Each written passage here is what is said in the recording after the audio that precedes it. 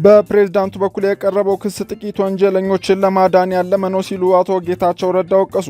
ጊዜያዊ አስተዳደሩ በበኩሉ የአቶ ጌታቸው ቃለ ምልልስ በቂም በቀል የተሞላ ነው ሲል አውግዟል። በቀድሞ ጊዜያዊ አስተዳደር ተጠና ስለተባለው የወንጀል ምርመራ ሰነድም መረጃ ይዘናል። የትግራይ ሕክምና ማህበር በተለያዩ የአገሪቱ ክፍሎች የታሰሩ የጤና ባለሙያዎች እንዲለቀቁ ጫና እንዲደረግ ጥያቄ አቅርቧል። ሰላም ጤና ይስጥልን። የተወደዳችሁ የኢትዮጵያ ሪፖርተር ዩቲዩብ ቻናል ተከታታዮች ወቅታዊና ፈጣን መረጃዎች እንዲደርሷችሁ የኢትዮጵያ ሪፖርተር ዩቲዩብ ቻናል ቤተሰብ እንድትሆኑ እያስታወስን የሰዓቱን አበይት ዜናዎች አስደምጠናችኋል። ወደ ዝርዝሩ እናልፋለን። ለመላው የክርስትና እምነት ተከታዮች በሙሉ እንኳን ለብርሃነ ትንሣኤው በሰላም አደረሳችሁ እያለ ድርጅታችን ቴምር ሪል ስቴት እስከ 40% የሚደርስ ልዩ የበዓል ቅናሽ በዲፕሎማቶች መንደር ለኢንቨስትመንት ቢሮ ለመኖሪያ ምቹ በሆነው ሳር ቤት ላይ በካሬ 64200 ብር ብቻ ባለ 2 እና ባለ 3 መኝታ አፓርትመንቶችን ይዞሎት መጥቷል። በተጨማሪም ንግዶን ለማዘመን በመሃል ፒያሳ ከአድዋ ሙዚየም ፊት ለፊት በምናስገነባው ሶስተኛውና የመጨረሻው ግራውንድ ፕላስ 5 የንግድ ሞላችን ላይ ከ900 ሺህ ብር ቅድመ ክፍያ እንዲሁም ከጠቅላላ ከ3 ሚሊዮን 900 ሺህ ብር ብቻ የሱቅ ባለቤት ይሁኑ። ቴምር ሪል ስቴት። መልካም በዓል። የትግራይ ሕክምና ማህበር በተለያዩ የሀገሪቱ ክፍሎች የታሰሩ የጤና ባለሙያዎች እንዲለቀቁ ጫና እንዲደረግ ጠየቀ። የትግራይ ሕክምና ማህበር በሀገር አቀፍ ደረጃ እየተደረገ ነው ከተባለው የጤና ባለሙያዎች ንቅናቄ ጋር በተያያዘ ባወጣው መግለጫ የሕክምና ባለሙያዎች ወሳኝ ሚና የሚጫወቱት የሚገባቸውን ክብር፣ ክፍያና ጥቅማ ጥቅም ሳያገኙ ነው ሲል አሳስቧል። ማህበሩ ለተጨማሪ ማብራሪያ ከሪፖርተር የቀረበለትን ጥያቄ ለጊዜው ተጨማሪ መረጃ ለሚዲያ መስጠት አንፈልግም በሚል ምላሽ የሰጠ ቢሆንም ትላንት ግንቦት 10 ቀን 2017 ዓ.ም ባወጣው መግለጫ ግን የጤና ሙያ ከፍተኛ የትምህርት ዝግጅት መፈለጉ የላቀ ስነ ምግባር የሚጠይቅ እንዲሁም ከፍተኛ የሥራ ጫና የሚበዛበት ነው ሲል ገልጿል። በዚህም የተነሳ ማህበሩ ከዚህ ቀደምም ሆነ አሁንም እየጠየቃቸው የሚገኙ ጥያቄዎችን ያስታወሰ ሲሆን እየተባባሰ ያለው የጤና ባለሙያዎች የኑሮ ሁኔታ፣ የደሞዝ ጥቅማጥቅምና የሙያ እድገት ቆሞ መቅረት፣ የመኖሪያ ቤትና ትራንስፖርት መሰረታዊ ፍላጎቶች ችግር፣ የጤና መድህን አገልግሎት ሰጪ የጤና ባለሙያዎች እንዲሁም የስነ ሕክምና ሕግ ወይም ሜዲኮ ሌጋል ጉዳዮችና ሌሎችም ጥያቄዎች አሉን በማለት አስታውቋል። በተለያዩ የሀገሪቱ አካባቢዎች የሕክምና ባለሙያዎች መታሰራቸውን አውቃለሁ ያለው የትግራይ ሕክምና ማህበር የሙያ አጋሮቻችን እንዲፈቱ አስፈላጊው ጫና እንዲደረግ ሲል ጥሪ አቅርቧል። በተጨማሪም ችግሮቹን ለመፍታት ከሁሉም የሙያ ማህበራትና የጤና ባለሙያዎች ጋር ግልጽና ሁሉን ያሳተፈ ውይይት እንዲደረግ ሲልም ማህበሩ ጠይቋል። በሀገር አቀፍ ደረጃ የጤና ባለሙያዎች እያቀረቡት ካለው ጥያቄ ጋር በተያያዘ አላግባብ በስራ ገበታቸው ላይ በማይገኙ ባለሙያዎች ላይ እርምጃ እንደሚወሰድ የጤና ሚኒስቴር ያሳሰበ ቢሆንም በዛሬው ዕለት በተለያዩ የሕክምና ተቋማት በከፊል የነበረው የሥራ ማቆም አድማ ወደ ሙሉ በሙሉ ወደ ማቆም መሸጋገሩን የሚገልጹ መረጃዎችና ምስሎች እየተዘዋወሩ መሆኑን ሪፖርተር ተመልክቷል። በፕሬዝዳንቱ በኩል የቀረበው ክስ ጥቂት ወንጀለኞችን ለማዳን ያለመ ነው ሲሉ አቶ ጌታቸው ረዳ ወቀሱ።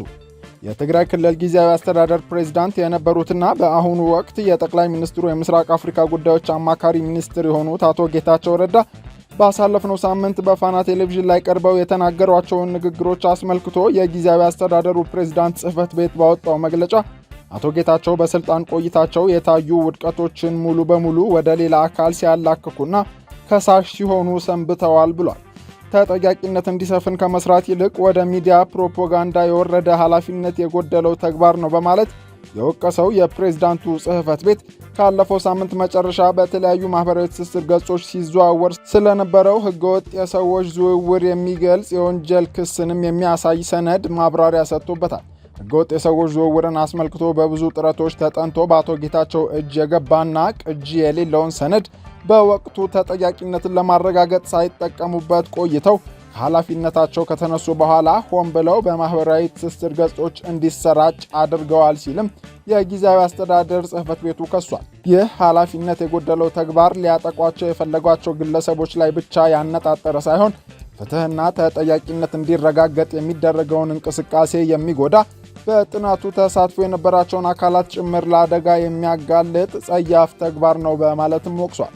የጊዜያዊ አስተዳደሩ ፕሬዝዳንት በመሆናቸው ብቻ ያወቁትን ሚስጥር እንደ አንድ የህዝብ ብሔራዊ ጉዳይ እስከ መጨረሻው መጠበቅ ሲገባቸው ለገበያ ማቅረባቸው ማንነታቸውን ያሳየ ተግባር ነው ያለው የፕሬዝዳንቱ ጽሕፈት ቤት መግለጫ የአቶ ጌታቸው ቃለ ምልልስ የህግ ልዕልናን ለማረጋገጥ ያለመ ሳይሆን በቂም በቀል የታጨቀ አካሄድ ነውም ብሎታል። ለመግለጫው ምላሽ የሰጡት አቶ ጌታቸው ረዳ በበኩላቸው በፕሬዝዳንቱ በኩል የቀረበው ክስ ጥቂት ወንጀለኞችን ለማዳን ያለመ ነው ሲሉ ኮንነዋል። ጥናቱን ተንተርሶ ወደ እርምጃ እንደማይገባ ስላወቅኩኝ መረጃውን ወደሚመለከተው የበላይ አካል ልኬዋለሁ ሲሉም በማህበራዊ ትስስር ገጻቸው አስፍረዋል።